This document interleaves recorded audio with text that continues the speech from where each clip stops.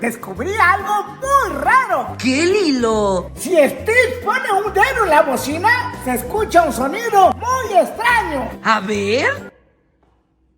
Se compra colchones, tambores, refrigeradores.